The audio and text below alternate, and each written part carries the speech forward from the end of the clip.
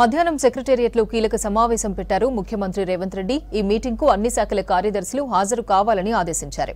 ఈ సమావేశానికి సీఎం సహా డిప్యూటీ సీఎం బట్టితో పాటు అందుబాటులో ఉన్న మంత్రులందరూ హాజరయ్యే అవకాశం ఉంది. విభజన అంశాలపై చర్చించుకుందామని నిన్న ఏపీ సీఎం చంద్రబాబు తెలంగాణ ముఖ్యమంత్రి రేవంత్ రెడ్డికి లేఖ రాశారు. శనివారం కలుద్దామన్నారు. అయితే చంద్రబాబు లేఖకు రేవంత్ ఇంకా రిప్లై ఇవ్వలేదు. సెక్రటరీల మీటింగ్లో విభజన అంశాలపైనే రేవంత్ చర్చించే అవకాశం ఉన్నట్టు తెలుస్తోంది. దీంతో పాటే పాలనాపరమైన అంశాలను కూడా చర్చించే ఛాన్స్ ఉన్నట్టు సమాచారం.